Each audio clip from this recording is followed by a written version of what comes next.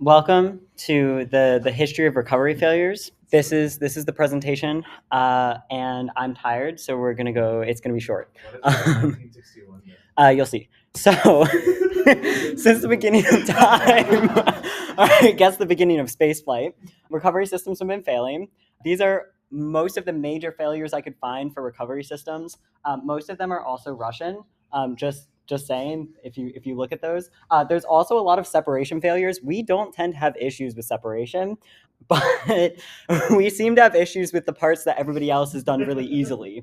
So I'm not going to read through these, but this is here for documentation. It says 1961 because the first failure was in 1961 that I could find.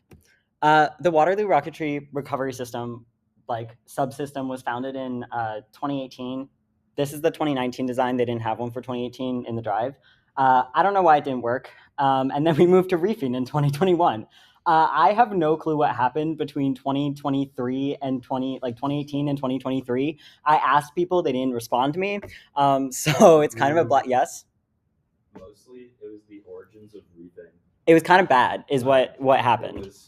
Artem Drummond and Chris Sankey had decided that was what we should do. I think reefing is what we should do, but here we are. We'll go through our reefing. So in 2023, this is our IRA competition. We flew a reef recovery system, and the events that happened at this through our launch and our flight. The CO2 ejectors fired. We had full separation. The pilot and drogue deployed. Drogue being our reefed main chute. And then the failure mode was the pyro cutters never fired. And the likely cause is that the wires were ripped out of the pyro cutters. We're fairly sure this is actually the cause. It's not likely. This is the cause. And so, yeah, that's kind of what happened in 2023 at IREC. And then we went to Launch Canada and flew the same system. And we flew... It wasn't exactly the same. It was similar. We flew a similar system. We flew a reef recovery system with the events that happened here. We had our CO2 ejectors fired. We had full separation, pilot and drogue deployment, and our reefing line cut. The failure mode was that the main chute didn't inflate. Also, the reefing line was still in the chute, and the likely cause is that it tangled. So kind of an L. And then after that, we had 2024 test flight.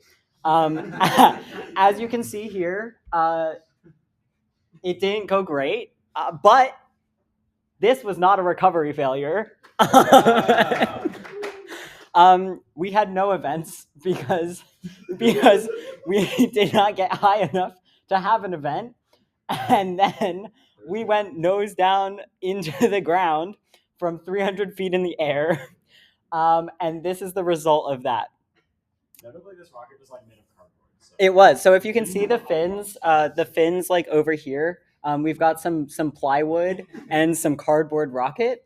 Yeah, and then this was, just all stuffed into the rocket, and that's our poor recovery system, which we had to rebuild in 3 months. Because of the black powder charges. So it was to prevent things from burning, essentially. So this rocket was 50% designed by Peter. Yeah. This rocket was designed. This rocket was designed by Peter. If you want to know more about this rocket, talk to Peter about the design. We just put our systems onto this rocket, and this is what happened. Hence why we design our own test flights now. So 2024 competition, we flew a reef recovery system again. Our CO2 ejectors fired. We had full separation. The pilot and drogue deployed. And then our reefing line did cut. The failure mode was the main chute didn't open before hitting the tree line. And the likely cause was that the reefing line was cut too low. The hypothesis is if we had cut our reefing line at 2,000 feet, it would have opened. What? Where did we cut it? 15. Yeah, 1,500. So if we had cut at maybe even a little higher than that, but this was a failure mode that we noted in the truck test. I think Ben mentioned we had seen it in the truck test, and this is something we then neglected to apply to our actual calculations for when we were going to cut that reefing line. So that's what happened last year. It's a success It was in my a book. it was a successful. It was almost fully successful. Also, the notable thing here, the reason that we think that it would have opened if we had opened it higher, is that our control line was fully gone. We could not find the control line anywhere. So, and our control line is what holds our parachute together. So, I don't know. But if we had flown this system one more time and opened it higher, I believe that we would have had a nominal recovery. Um, so moving on to 2025 test flight, we flew a single separation dual deployment system with our CO2 ejectors firing. We had full separation, drogue deployment, main deployment, both rocket and nose cone. We had like successful recovery. Our failure mode is the drogue didn't inflate, which is actually fine for this flight, and the cause is because the rocket didn't weigh enough. We truck tested the drogue, and the forces that we would have needed for that drogue to open were a lot more than the weight of this rocket could produce on the way on descent.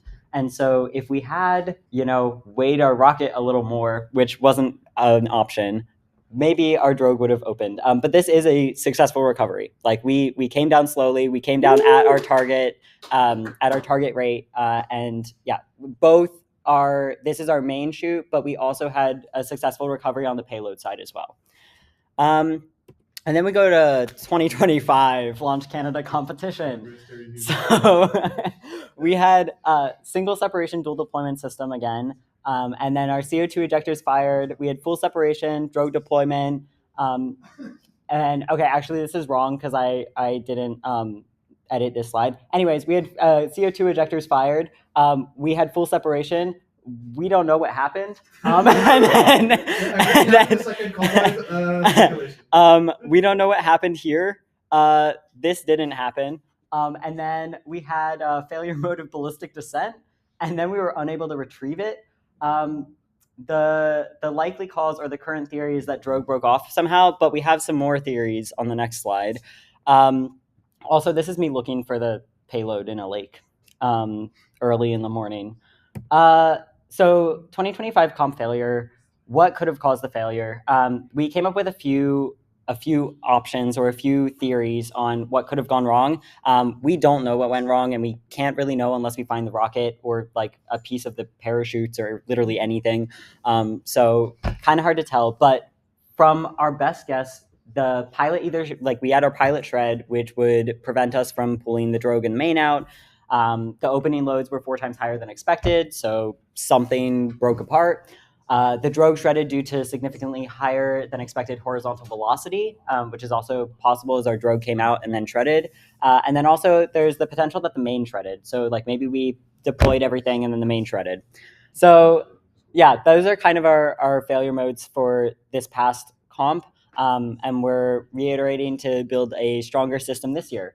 Anyways, if you have any questions, that's all of the failures in the past 3 years. This one was. Oh, which one was this? Does it look pretty? I know it does look pretty. I feel like this is. No. I think this is Apollo. Is this Apollo? I don't know. It looks like some kind of like Orion test. It might have been the Orion It looks like it test. has like a launch escape system still attached. Yeah. Like, what is that tower on top of the capsule? Yeah, it's a launch escape system. It looks like a launch escape system, which is sussy. Why is that still attached? Yeah.